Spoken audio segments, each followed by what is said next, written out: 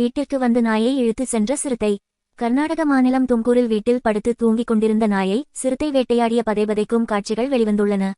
வீட்டின் நாய் உறங்கிக் கொண்டிருக்க பதுங்கி பதுங்கி வந்த சிறுத்தை அதை கவ்வி இழுத்து சென்றது. கடந்த சில நாள்களாகவே சிறுத்தையின் தொல்லையால் ஊர் மக்கள் இரவில் வெளியே வரவில்லை.